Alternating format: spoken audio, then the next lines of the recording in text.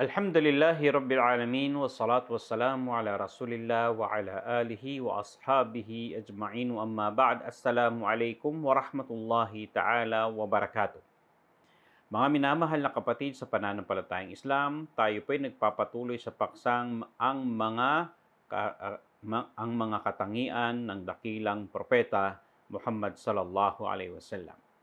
Sa paksang ito mga kapatid ay humingi tayo ng gabay patnubay kay Allah subhanahu wa ta'ala na tayo ay kanyang gabayan na matalakay natin ang mas angkop na papaliwanag patungkol sa katauhan, patungkol sa kanyang hitsura, patungkol sa kanyang mga pag-uugali at patungkol sa kanyang mga mabubuting asal na mas malapit sa tinatawag na tama. Tayo hindi ko alam kung paano natin makakaya na maipaliwanag ito sapagkat tunay na ang propeta sallallahu alaihi wasallam ay napakadakila na ayon sa mga description ng mga sahaba ay kung saan walang katulad ang propeta Muhammad sallallahu alaihi wasallam. Tulad ng sinabi rin ni Sheikhul Islam Ibn Taymiyyah rahimahullah sa kanyang aklat na kung saan al-Jawab as-Sahih, sinabi niya na si Prophet Muhammad sallallahu alaihi wasallam ay pinagkalooban ni Allah subhanahu wa ta'ala ng pinakamagandang hitsura at kaya tinatawag na katangian. Siya ay pinagkalooban ni Allah subhanahu wa ta'ala ng pinakamagandang hitsura at pinakamagandang katangian. Yan ang ulat ni Sheikhul Islam Ibn Taymiyyah.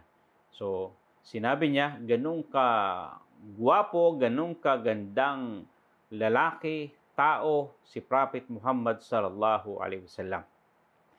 Sa isang ulat naman ni Al-Bara bin Azib na sinabi niya na si Prophet Muhammad sallallahu alaihi wasallam, ang propeta Muhammad sallallahu alaihi wasallam ay may pinakagwapong mukha. Siya may pinakagwapong mukha, pinakamagandang hitsura, si Prophet Muhammad sallallahu alaihi wasallam, at pinakamagandang tinatawag na physical na meron siya, anyo, sa lahat ng tao. Sa isa pang ulat ay wala siyang nakitang katulad ni Prophet Muhammad sallallahu alaihi wasallam na hihigit sa kanya, sa kanyang kagandahan ng kanyang hitsura at mga physical na anyo. Okay? Si Anas bin Malik naman po ay nagulat ng tinatawag na nagsabi na ang propeta sallallahu alaihi wasallam ay hindi napakatangkad, hindi masyadong matangkad, hindi rin pandak. Okay? Siya ay nasa katamtaman ang kanyang taas. Okay? Mas malapit sa matangkad ang propeta Muhammad sallallahu alaihi wasallam base dun sa ulat na kung saan siya ay may katamtaman na taas. Pag lumapit siya sa mga matatangkad ay hindi siya mapag-iiwanan. At kapag lumapit naman siya sa mga pandak, mabababa, ay makikitang hindi naman siya ganong katangkaran. Okay? Ganon ang height, tangkad ni Prophet Muhammad sallallahu alaihi wasallam. Kaya isa yan sa titingnan mo, halimbawa kung siya'y mapanaginipan mo, yung height. Okay? Baka makita mo ay pandak o kaya naman ay parang NBA, napakatangkad.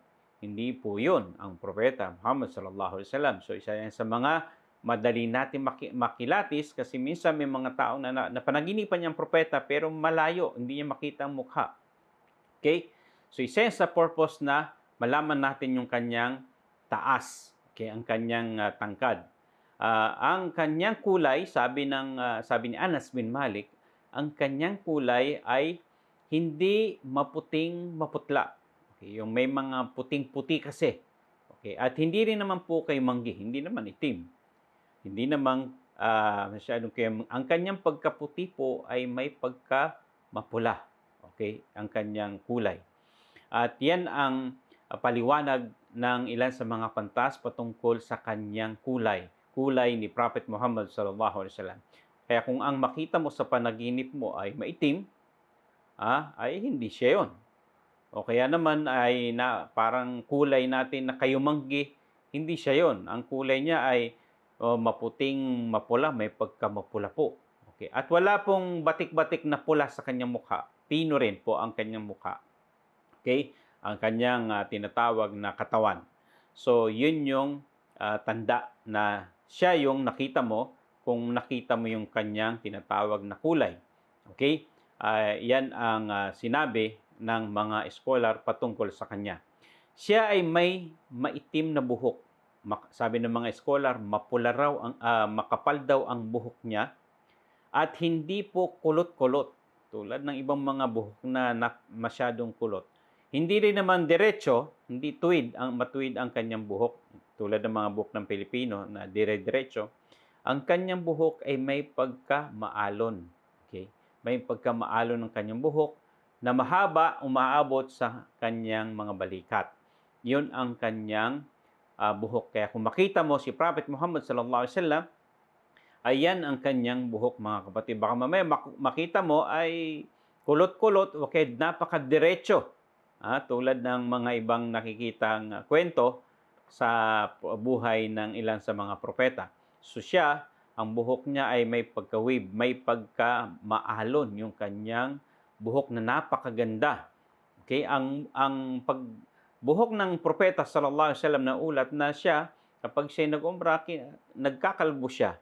So, yung buhok niya, minsan ay kung saan hanggang tenga, maabot dito sa kanyang itong mga dulo ng tenga niya sa baba, yung kanyang buhok, or sa kanyang balikat. Yan ang naiulat na buhok ni Prophet Muhammad sallallahu alaihi wasallam. At dito sa ulat ni Anas bin Malik, ay nasabi na kung saan si Prophet Muhammad sallallahu alaihi wasallam, anong kanyang i-describe ay mayroong siyang damit na pula. Mapulang damit na pang-itaas. Although alam natin na ang pulang damit ay pinagbabawal ni Prophet Muhammad sallallahu alaihi wasallam, ang tinutukoy po doon yung lahat mula taas hanggang baba ay mapula. Pero sabi nila, tulad ng damit ni Prophet Muhammad sallallahu alaihi wasallam na pula, nasa pang-itaas lamang ito. Kumbaga parang ito ay t-shirt o damit natin sa itaas at hindi kasama yung balabal o pantalon. Okay? So, siya may damit na ganito at naiulat na nakita si Prophet Muhammad sallallahu alaihi wasallam na describe na siya ay pinakamagandang anyo sa tinatawag na kanyang kasuotang ito at sa kanyang pagmumukha. So, iyan ang tinatawag na mga description patungkol kay Prophet Muhammad sallallahu alaihi wasallam ng ilan sa mga sahaba at mga tabi'in. At may mga iba pang nag-ulat na hinalimbawa nila si Prophet Muhammad sallallahu alaihi wasallam, tulad ni Ma'bad at iba pang mga sahaba, na si Prophet Muhammad sallallahu alaihi wasallam tulad ni Bara ay kung saan pag nakita mo siya ay parang nakita mo ang buwan at araw. Ganong kaganda ang kanyang mukha. Okay, pag nakita mo si Prophet Muhammad sallallahu alaihi wasallam, kaya minsan nauulat ni Bara na tinitigan daw niya yung araw, buwan, at tinitigan niya ang propeta Muhammad sallallahu alaihi wasallam. At tinitigan niya yung buwan at tinitigan niya naman ang propeta Muhammad sallallahu alaihi wasallam at nasabi niya na mas maganda pa siya kaysa sa buwan. Okay? Kaya naman tulad ng ulat nila na kapag nakita mo ang propeta Muhammad sallallahu alaihi wasallam ay kung saan nakakita ka ng pinakamagandang nilikha sa ibabaw ng lupa o mundong ito na naglalakad na kung saan tao. Okay? So, yan ang paliwanag ng ilan sa mga sahaba at paliwanag ng ating mga pantas. Naway mayroon po tayong napulot, natutunan hanggang sa muli. Wa akhiru da'wana alhamdulillahi rabbil alamin. Wassalamu alaikum warahmatullahi ta'ala wabarakatuh.